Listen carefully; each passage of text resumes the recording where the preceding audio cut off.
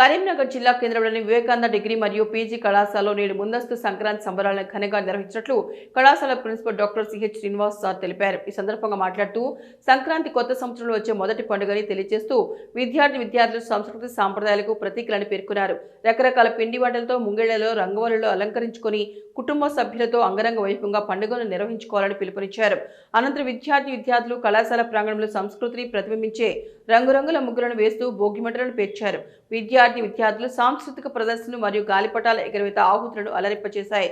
ఈ కార్యక్రమంలో కళాశాల principal doctor CH Srinivas, ACOB Sampath Kumar, AOB Shravan Kumar, NSS programme అధికారులు ధనపురి సాగర్, బి మహేష్, ఎన్ శ్రీనివాస్, వివిధ విభాగాధిపతులు doctor R Gopikrishna, doctor M C Saleem, అధ్యాపక బృందం మరియు విద్యార్థులు పాల్గొన్నారు. మా వివేకానంద డిగ్రీ మరియు పీజీ కళాశాలలో ఈరోజు విద్యార్థులు ముందస్తు సంక్రాంతి సంబరాలను ఘనంగా నిర్వహించుకున్నారు.